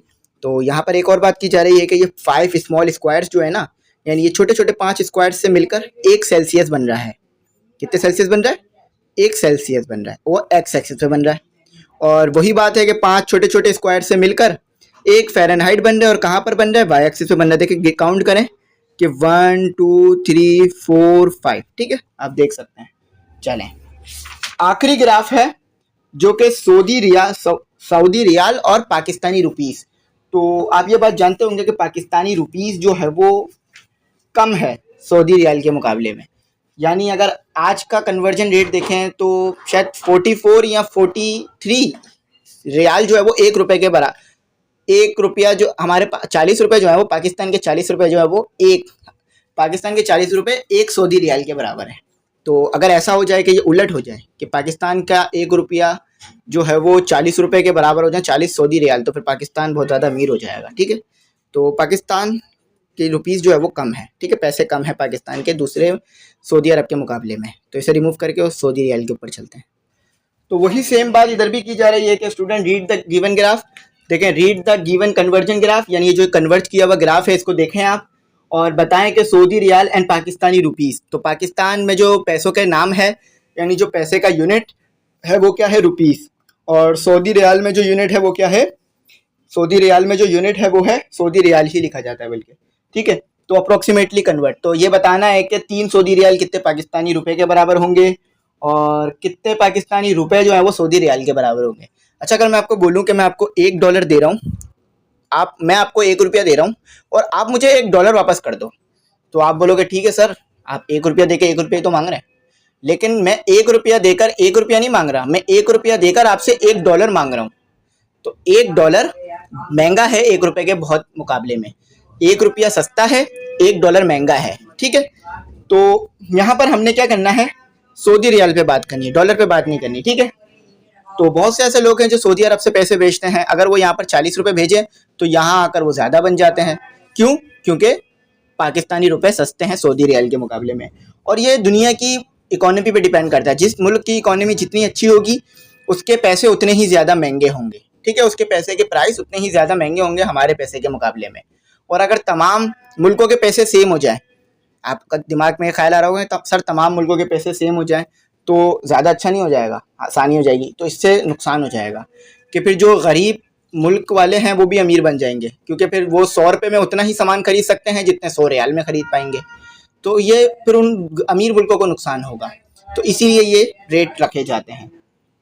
ठीक है, तो जितनी चीज़ें आप 3 सऊदी रियाल में खरीद सकते हैं, उससे अगर उसी चीज़ को आप पाकिस्तानी रुपीस में खरीदने जाए तो आपको 120 रुपये या ज़्यादा पैसे देने पड़ेंगे। ठीक है, तो वो जो कन्वर्जन रेट है और ये तब्दील होता रहता है, ये भी याद रखिएगा। ठीक है, सऊदी रियाल, तो 3 सऊदी रियाल यानी जो सऊदी अरब में पैसे चलते हैं, तो कितने पाकिस्तानी रुपीस के बराबर हैं। तो चले यहाँ इसको देखते हैं कितने पाकिस्तानी रुपीस के बराबर है। तो सबसे पहले जो मैंने लिखना है वही लिखनी है बात कि बाय रीडिंग, यानी ये जो ग्राफ हमने दिया हुआ इसको हमने रीड किया। ठीक है, इसके रीडिंग के बाद हमें पता चला बाय रीडिंग, ऊपर जो ग्राफ दिया हुआ उसे रीड किया। अबव, ये इसकी क्या उर्दू है मैं ये बता रहा हूँ, अबव ग्राफ, GRAPH। अच्छा, ग्राफ हमने स्पेलिंग सही लिखी है, बस थोड़ा सा ना गैप आ गया है, तो इस गैप को जो है वो सही कर लेते हैं। ग्राफ एज गिवन, जो कि हमें एज पर गिवन जो कि हमें ऊपर दिया हुआ है, एज पर गिवन स्केल, जो स्केल उसमें बनाया गया है उसके स्केल से मुराद यानी जो उसमें कन्वर्जन की गई है, वी कैन सी, हम देख सकते हैं कि। ठीक है, तो मैंने आपको लॉजिक भी बताया, साथ ही साथ सवाल का आंसर भी निकाल के दे रहा हूँ। तो चलिए आइए देखते हैं कि कितने पाकिस्तानी रुपीस के बराबर होंगे 1 सऊदी रियाल। ठीक है, तो आई थिंक आपने सऊदी रियाल अपनी लाइफ में तो देखे तो होंगे। ठीक है, कॉइन में भी आते हैं और नोट्स में भी होते हैं। तो कोई भी ऐसा मुल्क नहीं है जहाँ पर नोट चलते हैं, नोट नहीं हो, यानी कागज़ के नोट नहीं हो। हर मुल्क में कागज़ के नोट भी चलते हैं और कॉइन्स भी चलते हैं, और कोई ऐसा मुल्क भी नहीं है जिधर कॉइन्स नहीं चलते हो। ठीक है, कॉइन्स भी हर जगह चलते हैं। चलें, तो कितने हमने 3 सऊदी रियाल दिए हुए हमें, तो हमने देखना है कि 3 सऊदी रियाल कितने पाकिस्तानी रुपीस के बराबर हैं। ठीक है, तो सऊदी रियाल हमें एक्स एक्सिस में बना कर दिया है और पाकिस्तानी रुपीस RS हमें इसमें बना के दिया। अच्छा, ये जो बुक में आपको दिख रहा होगा कि बहुत ज़्यादा धुंधला लिखा हुआ है, छोटा लिखने की वजह से बहुत ज़्यादा धुंधला हो गया है, तो कोशिश कीजिएगा समझने की। तो चलें देखते हैं कि ये 3 रुपये हैं हमारे पास, सऊदी रियाल है बल्कि, और ये कितने रुपए के बराबर आ रहे हैं। तो स्टूडेंट यहाँ तो ये कम के बराबर आ रहे हैं। अगर मैं ऊपर जाऊँ, यहाँ से ऊपर जाऊँ, तो ये जब ये लाइन जब टच हो रही है, या तो 91 या 92, बल्कि 91 के बराबर, थोड़ा सा इधर करीब आना पड़ेगा हमें। ये ब्लैक लाइन दिख रही है आपको 3 रुपये के बाद, इसको देखना होगा हमें। तो इसको जब मैं ऊपर ले जा रहा हूँ तो ये तो 90 रुपीज़ के बराबर आ रहे हैं। कितने के बराबर आ रहे हैं? 90 रुपीज़। तो 3 सऊदी रियाल तो हमारे पास 90 रुपये के बराबर आ रहे हैं, लेकिन बुक में पीछे जो आंसर दिया हुआ है वहाँ पे कहा जा रहा है कि 131 रुपये के बराबर आएंगे। देखिए बुक में पीछे आंसर ये रहा, बुक में पीछे आंसर ये रहा, 131 रुपये कह रहे हैं। तो 131 तो नहीं बन रही है हमारे पास। ग्राफ जिस तरह का दिया हुआ है, ग्राफ को हम देख रहे हैं, तो हमारे पास 3 सऊदी रियाल, ये पूरा लिखना पड़ेगा, इसकी शॉर्ट फॉर्म नहीं दी हुई हमें। ठीक है, तो 3 सऊदी रियाल, ये जी नहीं है, ये आ रहा है 3 सऊदी रियाल जो है हमारे पास तकरीबन 90 रुपये के बराबर होते हैं RS। ठीक है, तो पीछे ग्राफ में जितना हमें दिखाया गया मैं उतना ही बना सकता हूँ। पीछे आंसर अगर मैंने जो पीछे आंसर दिया वो लिख दिया तो वो तो ग्राफ के मुताबिक गलत आएगा। आप खुद भी देख सकते हैं कि कहीं से भी 3 रुपये, आप यहाँ खुद भी देख सकते हैं कि कहीं से भी 3 रुपये, बल्कि वो 100 रुपये के बराबर भी नहीं आ रहे हैं, तो 130 रुपये के कैसे बराबर आ सकते हैं। ठीक है, आप खुद देख सकते हैं कि मैं यहाँ से मैच कर रहा हूँ 3, यहाँ पर आप जाके मैच करें मिलाएं तो 90 रुपये के बराबर जा रहा है। ठीक है, चलें आप अपना अगला क्वेश्चन करते हैं। तो जो भी गलत क्वेश्चन का आंसर पीछे होता है ना, वो मैं आपको प्रूफ कराता हूँ। ठीक है, जैसे मैं यहाँ पे ग्राफ में प्रूफ करवा रहा हूँ, तो कुछ बच्चे कहते हैं कि सर आपने जो है वो प्रूफ नहीं करवाया, या सर आपने जो है वो हमें इसका बताया नहीं कि गलत कैसे है। तो थोड़ा सा वीडियो को आगे देख लिया करें तो आपको पता चल जाएगा कि कहाँ मैंने इसकी गलती बताई थी। ठीक है, और फिर भी अगर नहीं समझ में आया तो पूछ लिया करें, इंशाल्लाह कोई मसला नहीं है, मैं आपको बता दूंगा। ठीक है, ताकि समझा रहा हूँ तो उसको समझ भी आए क्या बताया गया है। चलें अब आगे दूसरे क्वेश्चन की तरफ बढ़ते हैं, इसका पार्ट 2। तो अगले में कह रहा है स्टूडेंट, आपको अगले में ये कहा जा रहा है कि आप बता दीजिए कि 5.2 Saudi riyal, 5.2 Saudi riyal, SOUDI, Saudi riyal. ठीक है, सऊदी रियाल कितने रुपीस के। तो आप चाहें तो सऊदी रियाल देखना है तो आप इंटरनेट पे सर्च कर लीजिएगा सऊदी रियाल, तो आपको वो दिख जाएंगे। ठीक है, और कन्वर्जन भी पता चल जाएगा कि क्या रेट चल रहा है, कितने रुपए का 1 सऊदी रियाल चल रहा है। ठीक है, तो चलें यहाँ देखते हैं कि कितने रुपए के बराबर आ रहा है? 5.2 सऊदी रियाल। तो 5 पर जाते हैं और 2 पॉइंट में 2 भी कह रहा है, तो ये 1 2 3 4 5, ठीक है 5 ये यहाँ आया। अच्छा, मैं इसको यहीं से बिल्कुल मिलाता मिलाता ग्रीन लाइन के ऊपर ले गया, तो ये भी ठीक है, बिल्कुल बुक वाला नहीं आ रहा है, बुक से कम आ रहा है, तो इसको चले मैच करते हैं। तो इसको जब मैंने थोड़ा सा जूम करके मैच किया, इसको मैं यहाँ से ऊपर ले गया, थोड़ा मैं आपको दिखा देता हूँ, इसको मैं यहाँ ले आया, ये वाली लाइन है, बल्कि ये वाली लाइन है, इसको मैंने मैच किया इधर, तो मेरे पास जो है ये आ रहा है 149 का आ रहा है, आई थिंक 149 का जो है ये बन रहा है, 149 के बराबर है।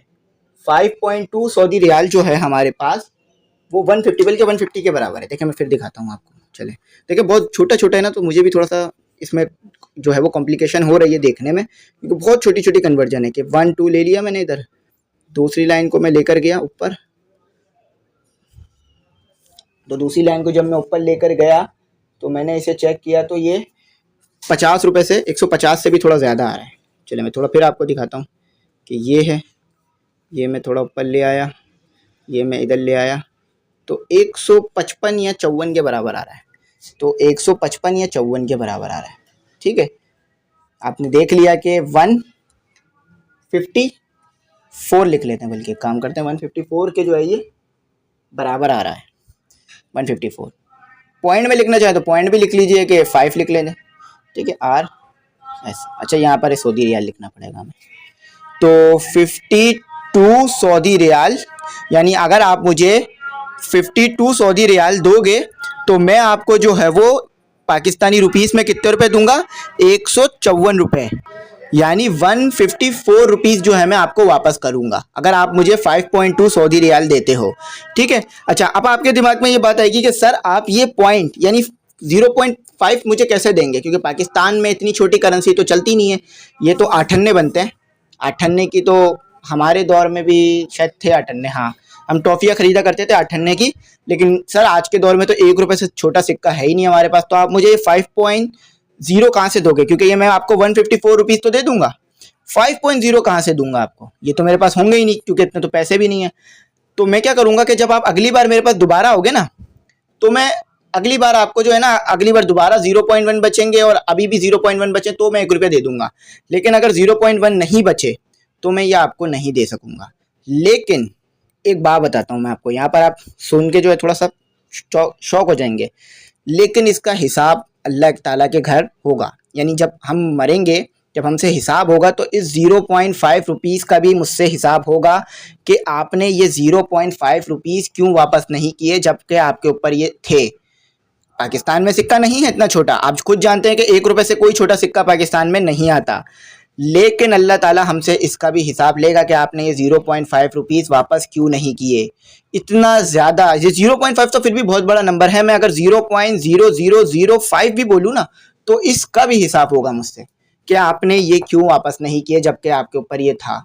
और ये मैंने, आप बोलेंगे सर कोई इतनी बड़ी बात नहीं है, लेकिन अगर मेरे पास पैसे नहीं है, ठीक है, ये नहीं है, तो मैं आपको बताऊंगा कि भाई मेरे पास इतना छोटा सिक्का नहीं है, मैं आपको ये नहीं दे सकता, तो आप या तो ये रकम मुझ पे छोड़ दें या मुझसे 1 रुपया इजाफी ले जाए, मैं आपको फिर 155 रुपीज़ दे देता हूँ कि जब आपके पास जो है आप दोबारा आएंगे तो ये जो पैसे कटवा दीजिए अगर बचते हैं तो, अगर नहीं बचे तो फिर ये आपके पास ही रह जाएंगे, तो फिर जो है ये हमारा मामला सही हो सकते हैं। अगर बगैर बताए मैंने 0.5 रुपीज़ रख लिए तो इसका भी हमसे अल्लाह हिसाब लेगा कि आपने 8 अन्ने भी किसी के कैसे दबाए। ठीक है, तो चलें, इसका हिसाब हो गया। ठीक है, तो जब भी यहाँ पर आपको कन्वर्जन में बिल्कुल पॉइंट में दिखाया जा रहा है, सिखाया जा रहा है, ताकि आपको बात समझ में आए। सिर्फ जो है वो ये छोटी मोटी चीज़ें भी मायने रखती हैं, और ये फिज़िक्स में भी मायने रखती हैं, और दीन में भी ये चीज़ें मायने रखती हैं। ठीक है, तो चले आप आ जाएँ। अब 150 रुपये देखते हैं कितने सऊदी रियाल के बराबर होते हैं। चलें स्टूडेंट, अब जो है वो देखते हैं कि 150 रुपये कितने सऊदी रियाल के बराबर होते हैं।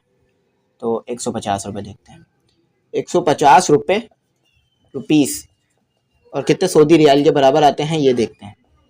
तो अकॉर्डिंग टू द ग्राफ ही देखना होगा, ग्राफ नहीं देखा तो समझ नहीं आएगा। चलें, ये ग्राफ आ गया। तो 150 रुपये तो हमारे पास यहाँ बने हुए थे, 150 रुपये ये रहे, देखें 120 और फिर उसके ऊपर 150।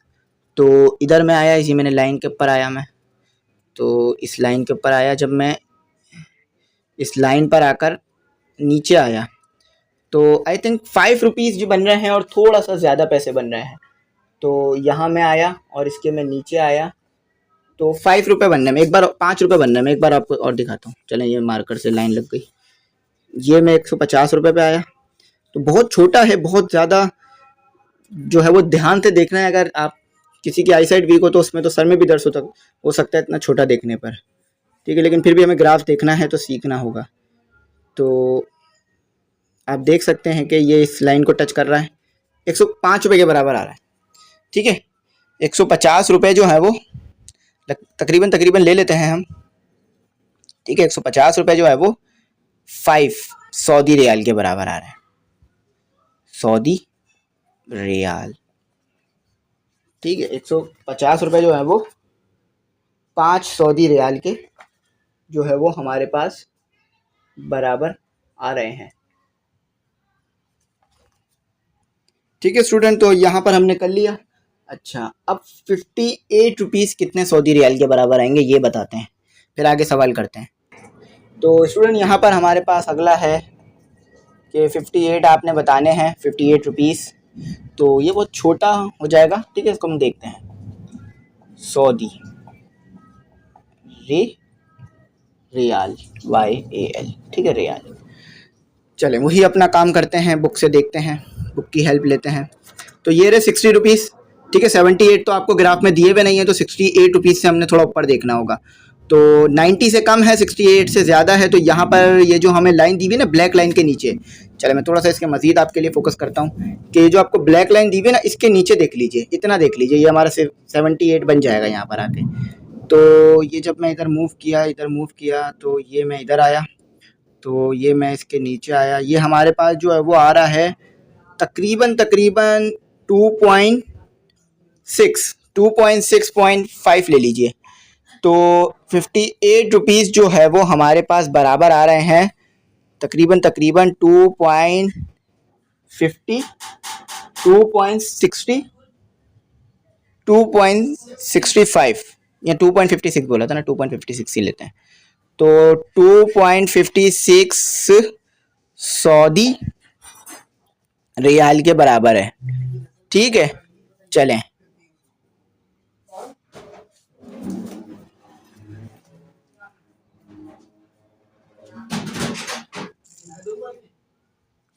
तो ये तो हमारा स्टूडेंट हो गया। आपको मैं एक और बार दिखा देता हूँ ताकि आप जो है वो और जो है सेटिस्फाई हो जाएंगे। देखें, ये हमने यहाँ लिया 60 रुपीज़ था, तो 78 रुपीज़ था। मैंने ब्लैक लाइन से थोड़ा सा नीचे लिया, तो ब्लैक लाइन जो थी वो इधर आके मिल रही थी 2 रुपये और थोड़ा सा 5 के बाद, ठीक है। तो इसलिए मैंने 56 ले लिया। तो हो गया ये हमारा, ठीक है, ये हमारा हो गया। चलें, अब जो है अपनी x और y की वैल्यू यानी सोल्यूशन सेट निकालते हैं। चलें उसको सॉल्व करते हैं। तो स्टूडेंट अब जो है वो क्वेश्चन नंबर 2 करना है और सोल्यूशन सेट फाइंड करना है। थोड़ा कॉम्प्लिकेटेड सवाल है, बिल्कुल इजी सवाल नहीं है, लेकिन पीछे ये कर चुके हैं हम, तो सॉल्व हो जाएगा। देखिए, कहा जा रहा है कि solve the following simultaneous equations bye graphical method. तो यहाँ पर आपने इक्वेशंस को सॉल्व करना है और सोल्यूशन सेट निकालना है, लेकिन ग्राफिकल मेथड से। अगर डायरेक्ट मैं आपको सोल्यूशन सेट निकालने का बोलूँ तो आप निकाल लेंगे, कोई मसला नहीं है, लेकिन ग्राफिकल मेथड से कैसे निकलेगा उस चीज़ को हमने ख्याल रखना है। तो सबसे पहले जो हमने पीछे तरीक़ेकार किए थे कि x की और y की वैल्यू अलग अलग निकाली थी दोनों इक्वेशंस के लिए, वही करना है। चार्ट बनाकर x और y की वैल्यू निकालनी है। उसके बाद फिर उस चार्ट को ग्राफ में रिप्रेजेंट करना होगा, फिर जो है वो हमारे पास सोल्यूशन सेट आएगा। तो चलें आ जाएं, इसको शुरू करते हैं। तो सबसे पहले हमें इक्वेशन दी हुई है 3x - 11 और y, ठीक है। उसके बाद हमें जो दिया हुआ है वो दिया हुआ है 3, हमें दिया हुआ है x प्लस x माइनस है, बल्कि x minus y, x minus 3y equal to 9। तो ये 3x - 11 इक्वल टू y, ये इक्वल टू y। और x minus 3y equal to 9। तो दोनों को जो है वो सबसे पहले y के लिए सेट करा दीजिए। तो ये इक्वेशन तो पहले से ही y के लिए सेट है, तो ये हो गया 3x माइनस 11, और ये वाली इक्वेशन को अलग सेट करा दीजिए y के लिए, और बीच में जो है ये ड्रॉ कर दीजिए। ये वाली इक्वेशन को अलग सेट करा दीजिए, ये इक्वेशन हो गई 1। ठीक है, इसको y के लिए सेट करा देते हैं। ये 3y यहाँ माइनस हो रहा है, वहाँ जाके प्लस हो जाएगा, और 9 वहाँ माइनस हो रहा था, यहाँ के प्लस हो जाएगा। मल्टीप्लाई हो रहा है, नीचे आके डिवाइड हो जाएगा 3। ठीक है, तो ये आ गई आपके पास इक्वेशन नंबर 2। ये आ गई आपकी इक्वेशन नंबर 1। ठीक है, तो अब बनाना है आपने चार्ट। अब क्या बनाना है आपने? सिंपल चार्ट, जो पीछे हमने ड्रॉ कर रहा था बार बार। अच्छा, वैल्यूज वैसे ही निकालनी है x और y की, सपोज करके जैसे पहले निकाली थी। चलें इसको भी वैसे ही करते हैं सॉल्व।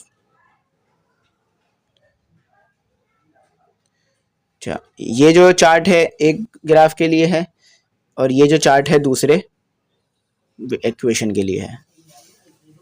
चलें इसको निकालते हैं, अब इसके आंसर निकालते हैं। तो 1 2 3 4 5 6 और ये 7।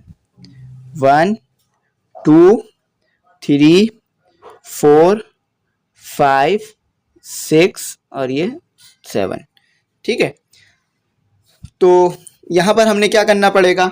यहाँ पर हमने x की वैल्यू दोनों जगह सपोज करनी पड़ेगी, दोनों जगह x की वैल्यू सपोज, वही 0 जो पहले हमने x की वैल्यू सपोज कर रहे थे ना, 0 1 2 3, यही 0 1 2 3 -1 -2 -3, 0 1 2 3 -1 -2 -3। ठीक है, अब y की वैल्यू क्या होगी ये आपने बारी बारी एक्सपुट करके निकालते रहना है। तो चले आ जाए, सबसे पहले जो है हम -3 पुट करके चेक करते हैं कि हमारे पास क्या वैल्यू आती है। तो x जो है मेरे पास आ रहा है -3, तो y देखते हैं क्या आता है हमारे पास। तो 3 -3 11, तो ये आ गया हमारे पास -9 और -11, तो माइनस माइनस प्लस हो गया, तो कितना आया हमारे पास? -20 आ गया हमारे पास, तो ये हो गया 20। ठीक है, अच्छा साथ माइनस भी आएगा, तो थोड़ा सा इसे एडजस्ट करके लिखते हैं ताकि 20 माइनस भी आ जाए। ठीक है, अभी ये आधा ही हुआ है, मतलब अभी तो पूरी वैल्यूज निकालनी है, फिर ग्राफ भी अलग बनेगा, तो थोड़ा सा लॉन्ग सवाल है ये। ठीक है, मैंने 20 बनाया है। अच्छा, अब इधर भी यही करते हैं कि x जो है वो -3 रखते हैं, तो y इक्वल टू -3 -9 अपॉन 3। तो ये सॉल्व हो गया आपस में, -3 कितना हो गया? -12, और ये आपके पास 3 ये आ गया, तो ये कट गया इससे, तो ये कितना हो गया आपके पास? अच्छा, कितने पर आता है 12 3 के टेबल में? -4 पर, तो ये आ गया -4। ठीक है, तो अब बाकी भी इसी तरह से निकलेगा, तो बाकी भी इसी तरह से, तो अंदाज़तन भी हम इसको निकाल सकते हैं कि यहाँ पर जो है वो डिक्रीजमेंट आती रहेगी। अब वो कितने की आएगी वो हम देख लेते हैं। ठीक है, तो अब ये बाकी देखते हैं, आगे सॉल्व करते हैं। तो अब जो है वो -2 रख के देखते हैं, x जो है वो -2, तो वही इक्वेशन नंबर 1 में पुट करना होगा, 3 -2 और 11, 3 मल्टीप्लाई बाय 2 -6 -11, तो माइनस माइनस हो गया हमारे पास +17, तो ये आ गया -17। ठीक है, माइनस माइनस प्लस हो गया ना, तो यहाँ 2 लिख दिया, वो भी माइनस का। तो y इक्वल टू -2 -9 अपॉन 3, तो यहाँ कितना आ गया हमारे पास? यहाँ आ गया हमारे पास, जब हमने 2 माइनस किया तो हमारे पास आ गया, तो -11 आ गया यहाँ पर हमारे पास, और 3, तो ये तो आपस में सॉल्व हो नहीं सकेगा, तो यहाँ पर लिखना पड़ेगा हमें, -17 लिख दिया, यहाँ हमें लिखना पड़ेगा -11 अपॉन 3। ठीक है, छोटा सा करके लिखा है -11 अपॉन 3। चलें अब आगे सॉल्व करते हैं। तो अब जो है वो x हमने रखना पड़ेगा -1, इधर भी x -1 रखना पड़ेगा, x जो है वो -1। ठीक है, तो -1 रख के देखते हैं हमारे पास क्या आंसर आता है। y इक्वल टू 3x -11, अब इधर 1 पुट कर देते हैं, -1, तो -1 11, ये a माइनस आएगा। ठीक है, तो ये आ गया हमारे पास -3 -11। ठीक है, तो ये y देखते हैं हमारे पास क्या आ रहा है। ये हमारे पास यहाँ पर आ रहा है स्टूडेंट 14। ठीक है, -14। तो ये आ गया -14। अब यहाँ भी वही रखते हैं -1। तो -1 पुट कर दिया, -9 और 3, तो ये हो गया हमारे पास 10। ठीक है, माइनस माइनस प्लस, तो ये हमारे पास हो गया 10/3। ठीक है, ये 3 बनाया है मैंने, थोड़ा सा इसको और सिंपली और साफ सुथरा करके लिख देता हूँ। ठीक है, चलें अब इसे रिमूव करते हैं। अब 0 रख के देखते हैं दोनों जगह। तो 0 रखते हैं, देखते हैं 0 पे क्या आता है। यहाँ भी 0, यहाँ भी 0। तो ये थोड़ा सा लेंदी क्वेश्चन है, इसको हमने ऐसे ही करना पड़ेगा। तो 3 या 0 आ गया 11। तो ये तो 0 हो गया, ये 11 हो गया, तो यहाँ सिर्फ 11 बच गया। ठीक है, तो यहाँ भी रखते हैं। तो यहाँ पर हमने y 0 रख दिया और -9 रख दिया और 3 रख दिया। तो ये आ गया हमारे पास, ये इससे कट गया, तो y = -3। ये आ गया -3 और यहाँ आ गया हमारे पास -11। चलें अब 1 रख के देखते हैं दोनों तरफ। चलें अब रखता हूँ मैं 1 दोनों तरफ। तो ये हो गया मेरे पास 3 1 11। तो 3 - 1, तो जब मैंने 3 में से माइनस किया 11 को तो मेरे पास आया -8। ठीक है, अब जब मैंने यहाँ 1 रखा तो मेरे पास कितना आया, मेरे पास आया 1 -9 और ये 3। ठीक है, तो यहाँ मेरे पास आ रहा है -8/3। तो -8/3। ठीक है, जगह कम है तो ऐसे इसको एडजस्ट करके मुझे लिखना पड़ रहा है। चलें इसको थोड़ी सी और कोशिश करता हूँ कि मैं इसको साफ सुथरा लिख सकूँ। इसका ब्रैकेट थोड़ा बड़ा बना लेते हैं, इसका ब्रैकेट थोड़ा बड़ा बना लेते हैं ताकि इसकी जगह साफ हो जाए। तो ये आ रहा है हमारे पास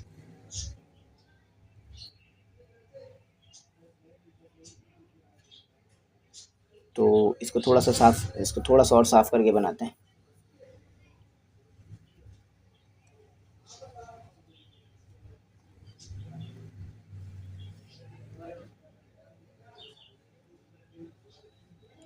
ठीक है, इसको अब थोड़ा सा साफ बना दे। तो कितना है हमारे पास -8/3।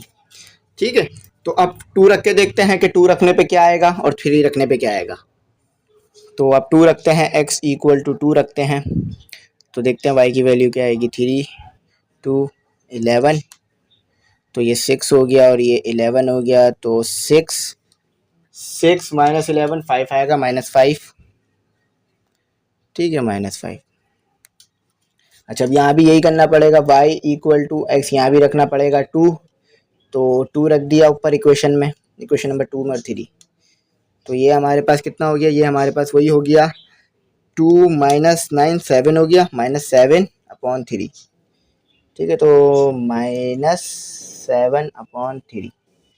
ठीक है, चलें अब अपना अगला नंबर रखते हैं। तो अगला नंबर जो है हमारे पास वो है x = 3 दोनों जगह पर। ठीक है, x = 3 दोनों जगह पर रखना होगा क्योंकि दोनों जगह पर सॉल्व कर रहे हैं। तो y = 3x की जगह पुट कर दिया 11। तो 9 माइनस कितना हो गया हमारे पास हो गया 2 माइनस का 2। अच्छा, यहाँ भी करते हैं यही चीज़, 3 - 9। तो 3 - 9 आपके पास कितना आता है, 3 - 9 आपके पास आता है -6 और नीचे आपके पास पहले से 3 ऑलरेडी मौजूद है। तो ये हो गया आपके पास -2। ठीक है, यहाँ है -2, दोनों जगह -2 आ रहा है। ठीक है, तो आपने दोनों ब्रैकेट निकाल लिए। अब ग्राफ ड्रॉ करते हैं और देखते हैं कि अब आगे क्या करना है। तो स्टूडेंट यहाँ पर अब हमने करना है ग्राफ ड्रॉ। ठीक है, ये इधर छोड़ देते हैं, ये आप यहाँ करते हैं ग्राफ ड्रॉ। यहाँ मैंने क्या कर लिया, एक ग्राफ ड्रॉ कर लिया। अच्छा, अब ये जो जितने भी हमने पॉइंट लगाए हैं ना, इसे ग्राफ में पुट करना पड़ेगा। इसे कहते हैं हम ग्राफिकल मेथड। ग्राफिकल मेथड की मदद से सोल्यूशन सेट निकालना। अच्छा, मैं क्या करूँगा, मैं 5 5 का डिफरेंस पर पॉइंट लूँगा। तो 5-5 के डिफरेंस पे पॉइंट लेने से मसला ये आएगा कि फिर समझने में जो है वो मुश्किल हो जाएगी। लेकिन अब ये ग्राफ ऐसा नहीं बना है कि यहाँ पर हम जो है वो क्या कर सकें कि यहाँ पर हम जो है वो 1-1 पुट कर सकें, वरना फिर बहुत बड़ा ग्राफ हमें इधर ड्रॉ करना पड़ेगा। तो चलें कोशिश करते हैं कि 1-1 करके ड्रॉ करते हैं। 1 2 3 4 5 6 7 8 9 10। ठीक है, ये मैंने 10 यहाँ तक ड्रॉ कर लिया। 1 2 3 4 5 6 7 8 9 और ये 10। ठीक है, 10 हो गया। यहाँ भी सिंपल 10। 1 2 3 4 5 6 7 8 9 10। 1 2 3 4 5 6 7 8 9 10। तो ये minus x axis, sorry plus x axis, ये माइनस एक्स एक्सिस। ठीक है, ये माइनस एक्स एक्सिस, बस सोल्यूशन सेटअप इस तरीके से आ जाएगा। ये हो गया हमारा माइनस एक्स एक्सिस। ठीक है, ये हो गया हमारा, इसको थोड़ा सा मैं नीचे मूव करा लेता हूँ। ठीक है, ये हो गया हमारा माइनस वाई एक्सिस और ये हो गया हमारा प्लस वाई एक्सिस। ठीक है, चलें अब जो ये पॉइंट आए ना, पहले इसको ग्राफ में पुट कर दीजिए, फिर ये पहले पॉइंट को ग्राफ में पुट करेंगे। ठीक है, तो पहले नंबरिंग भी कर देते हैं। 1, अच्छा मैं जो नंबरिंग है वो हर जो है वो 1-1 करके पुट करूंगा। तो 1 2 पुट नहीं करते हैं, 2 पे जगह छूट जाएगी। 3 बल्कि पुट कर देते हैं। 2 3 4 5 6 7 8 9, बल्कि हम इस तरह पुट करेंगे तो फिर हमारे वैल्यूज़ नहीं आ सकेगी। तो हमें जो है वो 2-2 करके वैल्यूज़ को पुट करना पड़ेगा। यानी किस तरह से कि इसको इस तरह से पुट करेंगे कि हमारे पास जो है यहाँ पर 20 आ जाए। ठीक है, तो 2-2 करके पुट करेंगे। 2 4, ठीक है, 6 8, यहाँ मैं क्या कर रहा हूँ 2-2, तो ये बीच में जो है यहाँ पर 1 आ रहा होगा। ठीक है, और यहाँ पर 3 आ रहा होगा। ठीक है, 8 के बाद हमारे पास आता है 10 12 14 16 18 और ये 20 क्यों बना रहा हूँ, क्योंकि हमारे पास आखिरी नंबर 20 है। तो 2 4 6 8 10 12, 2-2 करके इजाफा करेंगे। ठीक है, 14 14 16 18 20। ठीक है, 2-2 करके इंक्रीजमेंट किया, ये 20 है। अच्छा यहाँ भी 2 -2 -3 -4 है, बल्कि -2 के बाद आएगा -4, -2 -4 -6 -8 -10 -12 -14 -16 -18 -20। अब यहाँ भी वही माइनस करके पुट करेंगे। -2 -4 -6 -8 -10 -12 -14 -16, यहाँ नीचे पुट कर देते हैं, -18 और ये -20। ठीक है, इसको थोड़ा नीचे सही करके साफ सुथरा बना के, -18 और ये -20। ठीक है,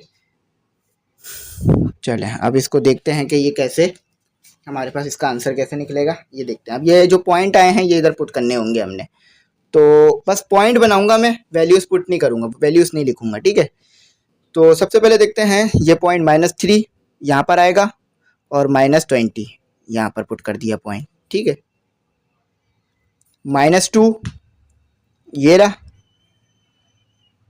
ठीक है, ये वाला पॉइंट फिर से पुट करते हैं कि -3 यहाँ पर आएगा, -3 यहाँ पर आएगा बीच में, और -20 यहाँ पर। ठीक है, यहाँ पुट कर दिया, ये पॉइंट लगा दिया। ठीक है, ये पहला पॉइंट आ गया। अच्छा, -2 और उसके बाद -17 यहाँ पर आएगा, -2 और -17 ये 18 के दरमियान यहाँ पर आएगा। ठीक है, अच्छा -1 और -14, -1 ये रहा, -14 यहाँ पर आएगा। इसको थोड़ा सा ना आगे बनाना पड़ेगा पॉइंट को। ठीक है, यहाँ पर आएगा। ठीक है, चले से थोड़ा सा और अंदर बनाना पड़ेगा वरना 2 के साथ मिलता हुआ लगेगा, थोड़ा सा अंदर। ठीक है, अंदर करके पॉइंट बनाया मैंने, फिर पॉइंट बनाऊंगा मैं ताकि उसको मिलाया जा सके। अच्छा, 0 और -11 तो वो 12 और इसके बीच में आएगा। ठीक है, ये पॉइंट फिर आपस में मिल जाएंगे सारे। अच्छा, 0 -11, अब 1 1 ये रहा 1 और -8 ये रहा।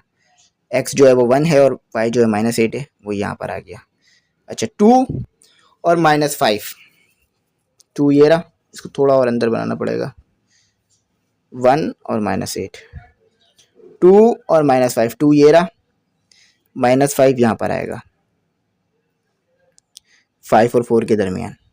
ठीक है, अच्छा 3 और -2 तो 3 ये रहा और -2 यहाँ पर आएगा। ये पॉइंट 4 थोड़ा बड़ा लिख दिया, 4 को छोटा करना पड़ेगा, यहाँ पर आएगा 3 और -2। देखें ये पॉइंट मिल गए सारे आपस में। अच्छा, अब ये वाले पॉइंट बनाने पड़ेंगे हमें। ठीक है, चलें अब बनाते हैं। -3 ये रहा -3, तो स्टूडेंट यहाँ पर आप -3 और -4 देखते हैं तो -3 ये रहा। ठीक है, -3 4 और -2 के दरमियान बनेगा और ये यहाँ पर आएगा। ठीक है, तो -2 और -11/3 देखते हैं कहाँ बनेगा। -2 -11/2 तो 11/3 देखना पड़ेगा पहले हमें। 11/3 होता कितना है, तो ये होता है 3.6। ठीक है, 3.6 होता है।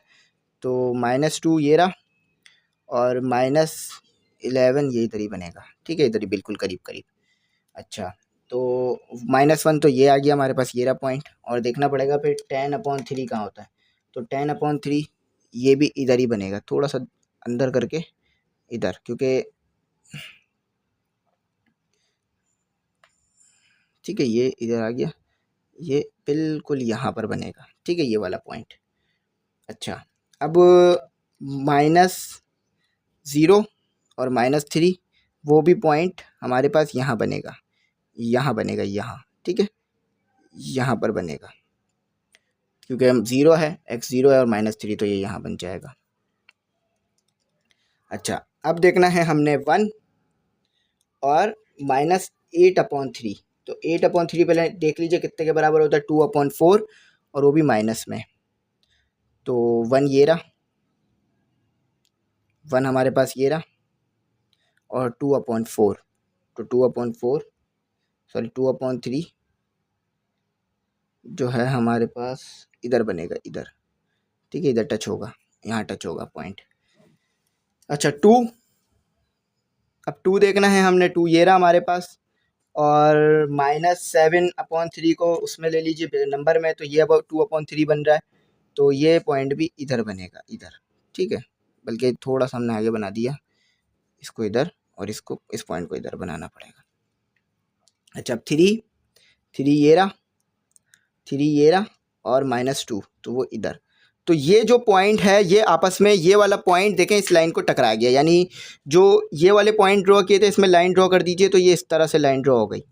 ठीक है, अच्छा, और ये वाला पॉइंट जो ड्रॉ किया था इसको आपस में मिला दीजिए तमाम को, तो यहाँ पर आके जो है ये पॉइंट आपस में टकरा गए, यहाँ पर आके ये पॉइंट आपस में दोनों टकरा गए। तो जहाँ पर इंटरसेक्शन होगा ना वही सोल्यूशन सेट होगा। तो सोल्यूशन सेट क्या हुआ एस आपके पास, सोल्यूशन सेट हुआ आपके पास 4 और -2 लिख लीजिए। ठीक है, 4 और -2, तो ये 4 और -2, सॉरी 4 नहीं हो रहा, 4 नहीं हो रहा, आप सही से देखिए थोड़ा इसको, ये 3 से थोड़ा थोड़ा पहले मिल रहा है, 3 से थोड़ा थोड़ा पहले मिल रहा है। 3 से देखें 4 पर नहीं है, ये एग्जैक्ट 4 पर नहीं है, ये इधर 3 पर मिल रहा है आकर। ठीक है, तो 3 और इस तरफ -2 पे मिल रहा है और -2, तो ये हो गया हमारा सोल्यूशन सेट। तो इस तरह से इसका जो है वो सोल्यूशन सेट फाइंड करना था। ठीक है, पहले x y पहले जो है वो हमने सपोज करने थे पॉइंट्स, फिर हमने इसको ड्रॉ करने थे, तो जहाँ पर ये आके मिलेगा वहाँ पर जो है ये हमारा सोल्यूशन सेट बन जाएगा। तो इस जगह पर आके ये दोनों लाइनें मिली।